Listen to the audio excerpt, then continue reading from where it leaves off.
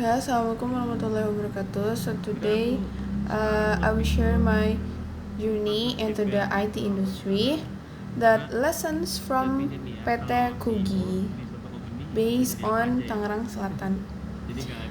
So, in a recent interview session, we had the privilege of speaking with Kasena to explore the inner workings of PT Kugi and gather valuable insight regarding today's rapidly changing tech landscape. Building a remote software house, founded in 2022, PT Kugi has been navigating the IT industry for 4 successful years. Operating entirely as a remote software house, the company has managed to carve out its own unique space, developing its own products while serving a dedicated client base. Casino explained that the core mission of a software house is straightforward yet impactful: to help other business entities achieve operational ex- excellences and precisely fulfill their specific business needs. When asked about their areas of expertise, especially regarding the database profession, Kasana highlight 3 core pillars: database development, comprehensive database management, and leveraging business intelligence to organize data and unlock deeper customer insights. Growing a business from the ground up requires strategy. PT Kugi secured its very first client through sheer grit and cold outreach. From there, the key to their long-term growth has been maintaining strong client retention by continuously refining their products and helping clients manage their marketing and branding efforts. Interestingly, Kasana noted that public social media branding isn't the primary driver for acquiring clients online. Rather, new opportunities easily stem directly from the deep-seated, specifically internal needs of the client themselves. To truly win over prospective clients, Kasana share a three-step formula for success. So first is establish undeniable credibility for the team, showcase a high quality portfolio of previously built work, and deliver a thoroughly polished professional pitch. And then navigating challenge, teamwork, and the touch stack transition into the day-to-day realities of the profession. Kasana revealed that the single biggest challenge they commonly face isn't actually the code itself, but managing connection and communication effectively, especially during offline interactions like that. Uh, and then for beginner, programmers looking to break into the industry and become work ready. The landscape has changed. Kasena emphasized that modern beginners must possess the capability to utilize AI toolsets. Today, leveraging AI tools make the process of preparing, sharing, and collaboration on code relatively straightforward. However, touch skills alone aren't enough. Strong communication and teamwork skills remain absolutely vital.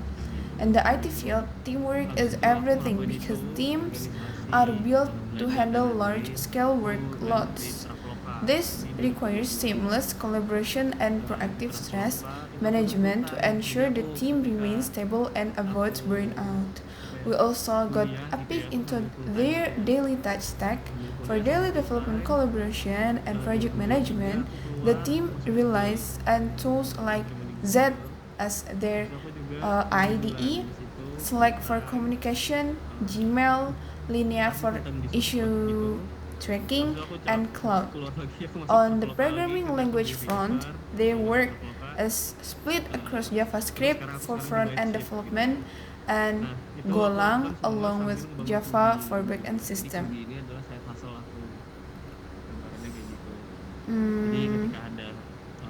The role, okay, let's continue with the role of AI and career growth. We also ask to Kasena too. With the rise of artificial intelligence, many aspiring tech professionals like anxious about the future. When addressing the common mistake programmers may make when entering the AI space, Kasena pointed out the many rely too heavily on AI tools without truly mastering the core fundamentals. No matter how advanced tools become, a programmer must always possess robust foundational knowledge. So, will AI completely replace human programmers? Kasena's answer was reassuringly clear. Absolutely not.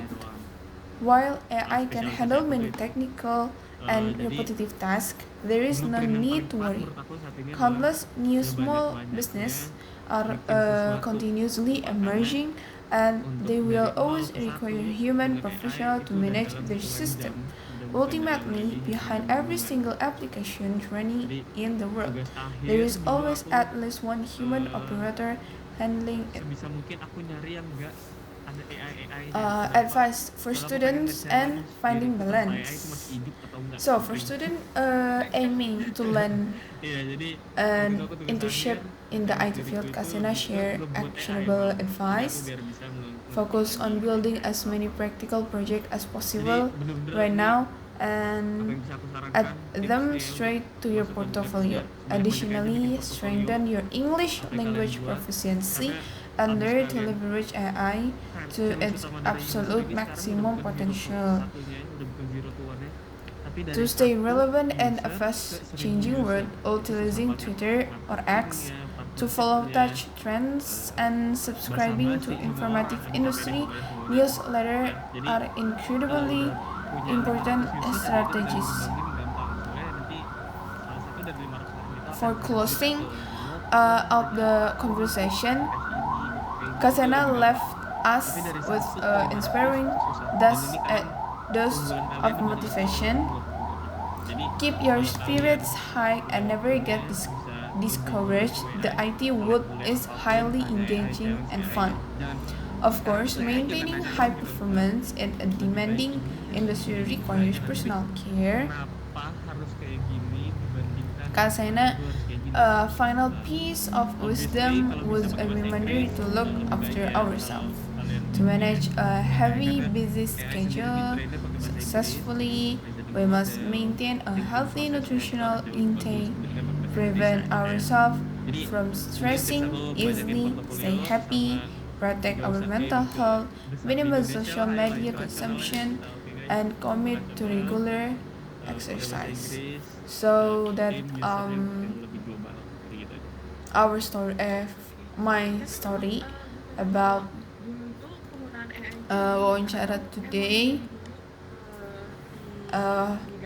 with Kasena as the CEO of PT Kugi based on Tangerang Selatan. The wawancara was so insightful for our class that Kasena has many insightful experience like that. Okay, thank you for watching and thank you for listening. Maybe you guys can listen our interview session after this. Okay guys, enjoy listening. Assalamualaikum warahmatullahi wabarakatuh. Gimana pertanyaannya? Sorry. Cara terbaik untuk mengikuti perkembangan teknologi yang sangat cepat. Ini aku jawaban orang abstrak ya, tapi ini real kok guys. Satu, Iya, iya, siap. Apaan, Kak? Twitter sama X itu the king of news ya menurut aku. Twitter sama X. Em, Satu-satunya platform menurut aku yang masih terdemokratisasi dengan baik, kebebasan berbicara masih oke. Plus nggak terpapar sama AI yang ada gambar atau video gitu ya. Aku kurang suka sebenarnya ya. Maksudnya Instagram, Reels, TikTok dan lain-lain. Mungkin kalian kalau nge-scroll udah ada yang kayak videonya dibuat sama AI. Tapi kalau Twitter biasanya itu raw banget, Iya. perkataan orang, perkataan orang. Tapi jujur di dunia sekarang Twitter juga bisa mengganggu mental kita ya. Karena ini sangat raw ya biasanya. Jadi digunakan dengan sebaik mungkin aja. Di follow-nya orang-orang yang bener aja. Kalau mau ada second account atau apa ya itu dimanfaatin aja. Jadi untuk paling gampang menurut aku nge-follow orang-orang yang ada di Twitter Space ya. Itu orang-orang yang leading AI lah ya. Kayak gitu. Kedua ya subscribe ke ada platform-platform yang bagus ya. Ada Y Combinator, Hacker News. Itu email tuh nanti mungkin kalian sekarang belum sangat menggunakan email, tapi nanti at the end pasti email sih. Jadi email-email subscription menurut aku juga penting. Yang ketiga, yang paling aku halangi banget ya, ya sebenarnya itu sosial media yang sekarang kayak gitu. Tapi dua dua top aku itu X sama email. Oke.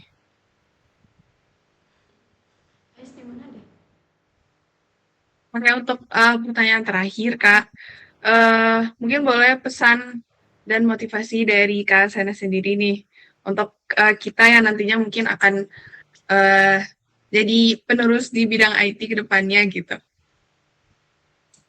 Ya, semangat aja, nggak usah down karena AI bisa ngapain aja sekarang. Sekarang udah masuk era agentic AI. Job market itu lagi down banget, semuanya udah pakai AI untuk optimize cost.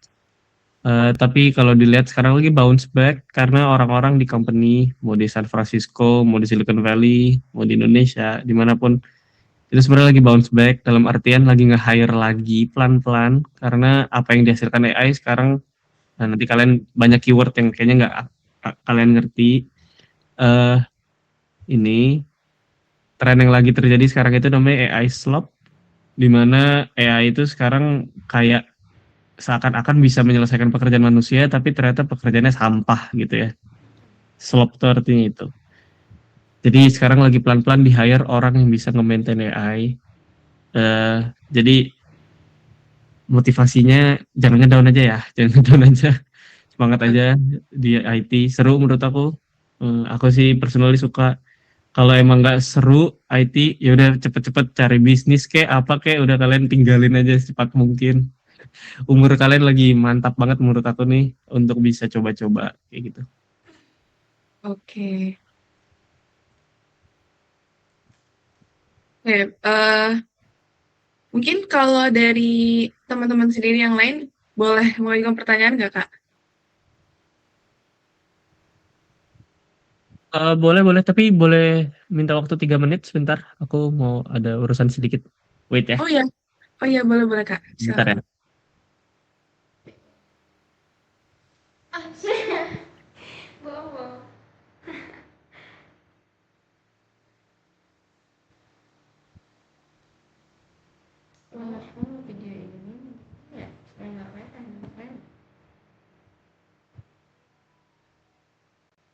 ya.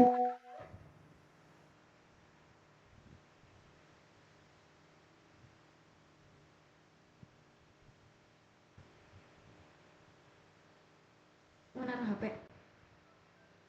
ntar biar ngedit di capcutnya mudah. Iya lagi. hmm. Coba minum ya apa meol kentut meol semeol 5 menit sih chat 3 menit kentut aku rasa ya kentut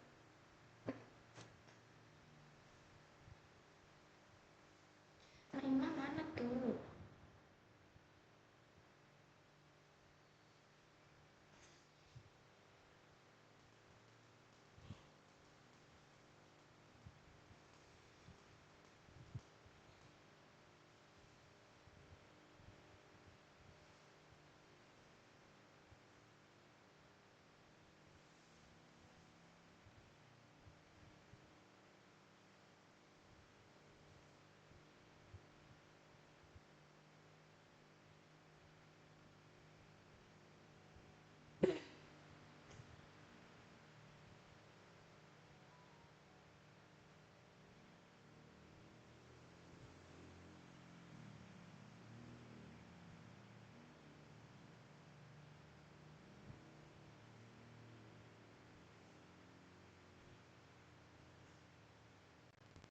Kamu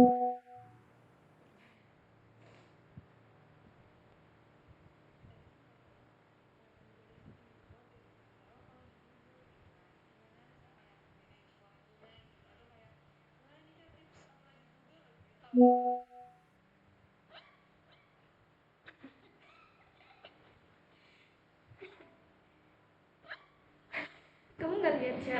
Ada fotonya tahu? Emang beneran ganteng? Mana ya? Nih, sombong lah cantik. Chat doang dia asik. Halo, halo, oke. Aku udah balik. Oke. Oke, mungkin teman-teman ada yang mau mengajukan pertanyaan? Ya, ada, Kak. Izin bertanya ya, Kak. Menurut Kakak, gimana prospek karir software developer sendiri dalam 5 tahun ke depan gitu? Ya, prospek karir. Sorry, pertanyaannya. Prospek karir software developer dalam 5 tahun ke depan. Wah, aku bukan cenayang juga nih. Waduh, susah nih pertanyaannya nih. Prospek karir ya. Em, jelas masih ada sebenarnya ya. Jawaban aku bisanya itu aja ya.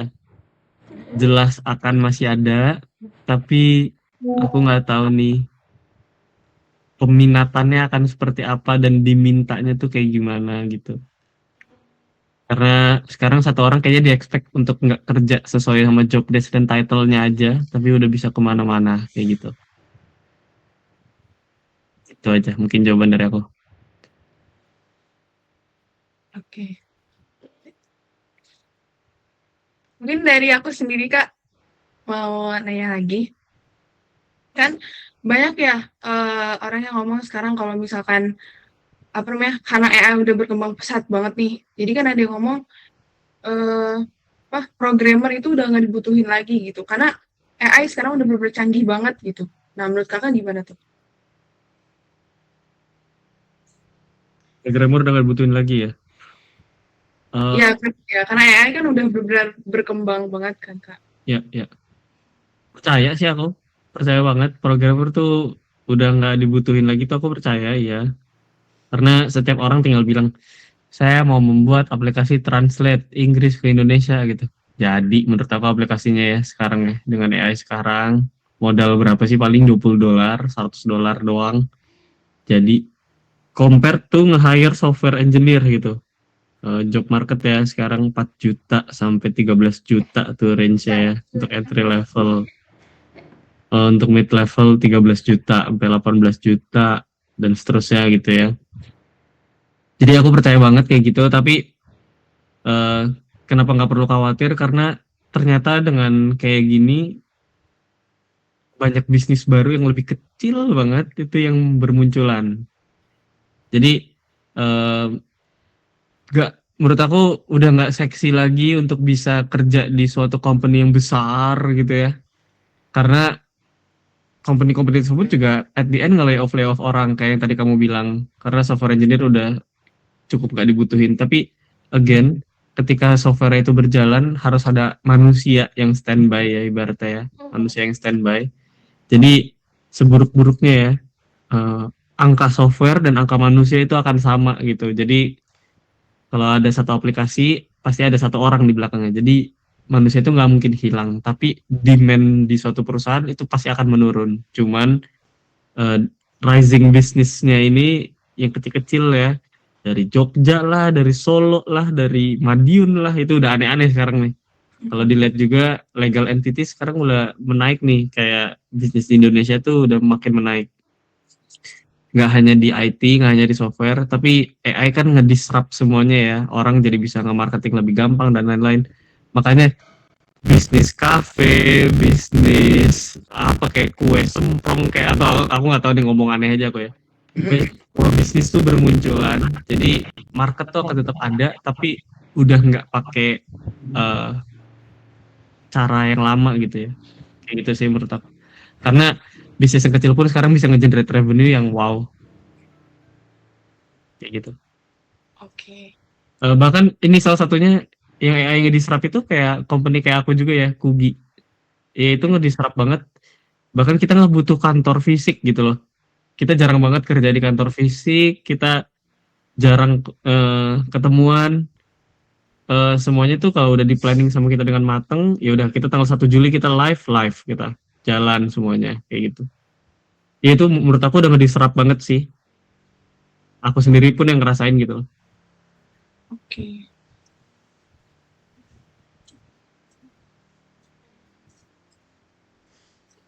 Mungkin udah sedikit luar konteks ya Kak. Tadi kan Kakak bilang kan di kuliah Kakak apply ke banyak perusahaan gitu kan kayak Traveloka, Google gitu kan. Nah, gimana cara Kakak ngatur waktu dengan kesibukan itu semua? Vitamin, energen, apa ya? Jawabannya realistis nih.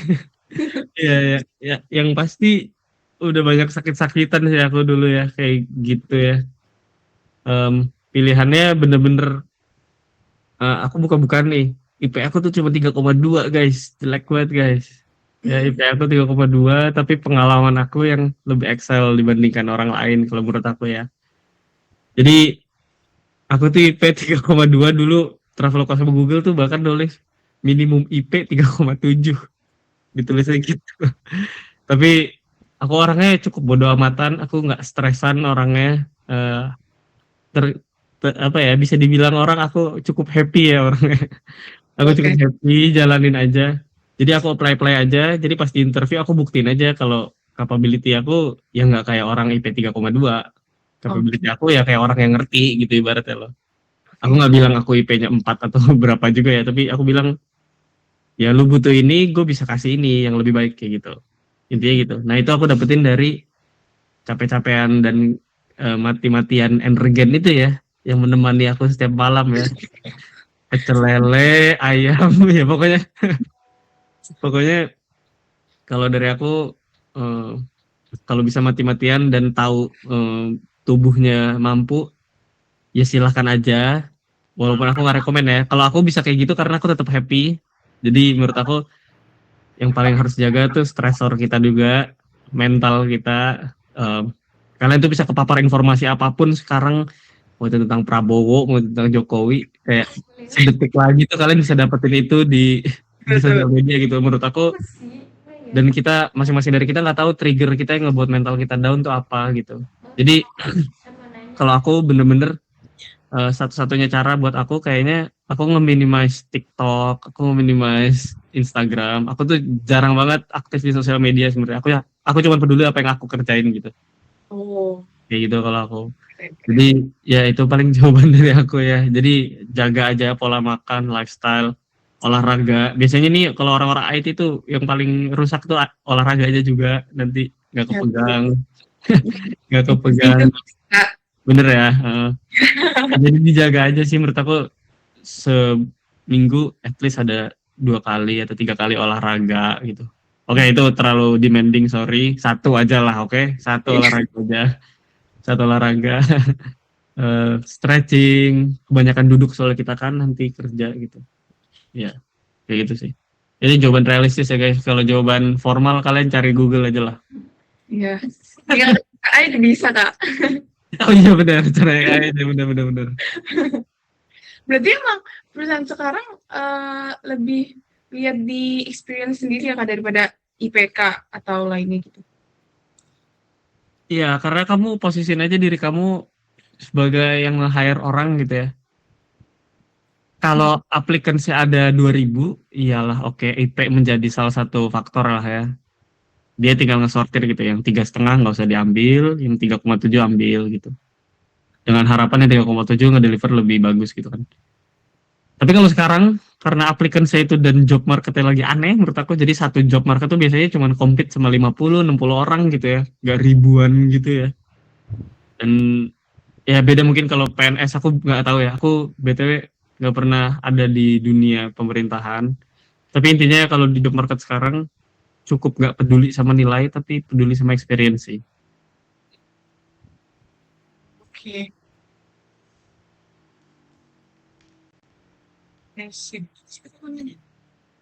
Mungkin ada kamu mau ya?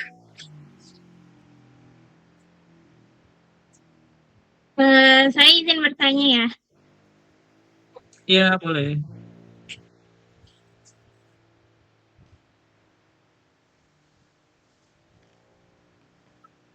Sebentar lagi kami kan mau ada magang nih Kak. Nah, buat kami sebagai mahasiswa yang belum punya pengalaman kerja itu seperti apa portofolio yang dianggap menarik oleh perusahaan IT? Hal yang menarik menurut aku udah pernah buat apa, bahasa pemrogramannya apa. Tapi ini software-nya sangat IT ya. Sebenarnya kalau balik lagi aku bilang keyword IT itu luas banget. Jadi sebenarnya kalau hal yang tepat untuk nanya aku itu lebih ke portofolio seperti apa untuk bisa menjadi backend engineer kayak gitu misal, atau portofolio apa yang lebih bagus untuk jadi front engineer gitu. Nah menurut aku satu, kalian define dulu kalian pengen ke yang mana ya. Sekarang itu nge-reach out orang, even kayak aku kemarin, kalian WA semenit berikutnya aku langsung jawab, itu salah satu bentuk informasi yang sangat mudah ya untuk digapai ya di dunia ini ya. Dulu harus ketemu di stasiun Gambir kali ya kalau mau kayak gitu ya. Sekarang udah nggak perlu gitu loh. DM IG kayak mau langsung LinkedIn outreach lah atau apa, itu gampang banget. Jadi kalian lihat nih ada banyak banget job di market ya kan. Kalian lihat kalian tuh pengen jadi orang seperti apa.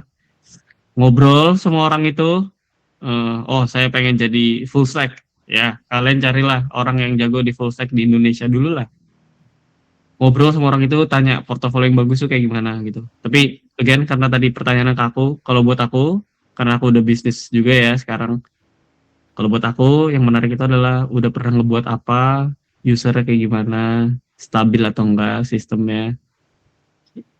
Aku cukup nggak peduli sama UI UX dan lain-lain, aku lebih peduli sama bisnisnya itu jadi lebih baik atau enggak kayak gitu. Jadi portofolio yang baik menurut aku hal-hal yang kayak pernah dibangun tuh apa kalau zaman sekarang ya kayak gitu. Berarti kita sebagai mahasiswa harus memperbanyak proyek-proyek itu ya Kak? Yes, betul banget, 100% betul.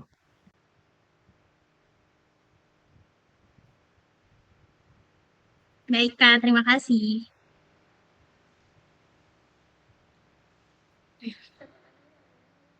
Baik kan, sepertinya cukup untuk pertanyaan dari kita semua.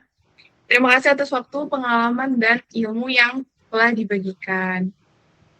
Mungkin bisa kembali ke Aisyah.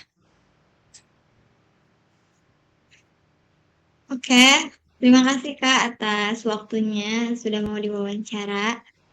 Sebelumnya boleh nggak Kak untuk open cam karena kita juga mau dokumentasi untuk bukti. Oh itu syaratnya ya, syarat tugasnya ya. Iya, jadi harus ada Ya, itu bukti. salah satu intinya, Kak. Oke, boleh bentar aku cari webcam aku dulu. Wait.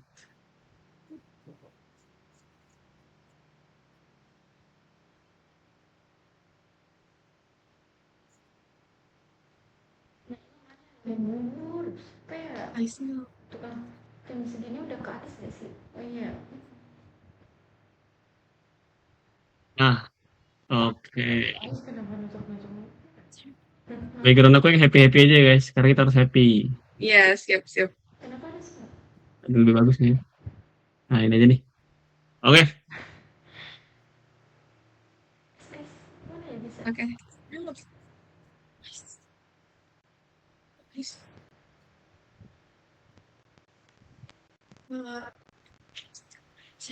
Sampai ke pesan Jadi nanti aku izin untuk tag di IG ya Kak. Boleh. Udah, 1, 2, 3. Ya. 1, 2, 3. Aduh, belum. Ini lagi. Senyum. Satu, dua, tiga. Nah, oke. Ya. Ya. Oke, terima kasih ya Kak. Iya, ya. Sudah meluangkan waktunya. Oke, sukses terus buat kalian semua ya. Thank you guys. Thank you banget Kak. Sukses juga Kak buat Kugi. Thank you. Oke. Bye bye. Baik, Kak. Bye Kak.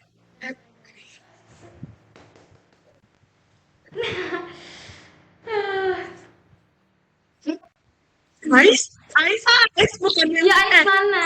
Tadi siapa yang bagian SS? Kenapa nggak ngomong? Iya. Kenapa cuy? Makanya Cuma 3 dapat 3. Bagus-bagus gak sih? ya maksud aku ngomong kalau oke siap ya mau di SS 1, 2, 3. Ini ada apa? Ini Siapa yang SS? aku SS juga soalnya kayak aduh ini bener gak sih di SS gitu loh. Ini yang bagian rekam siapa deh? Aku. Belum Tadi dimasukin. aku awal ada sih tapi Aku dong.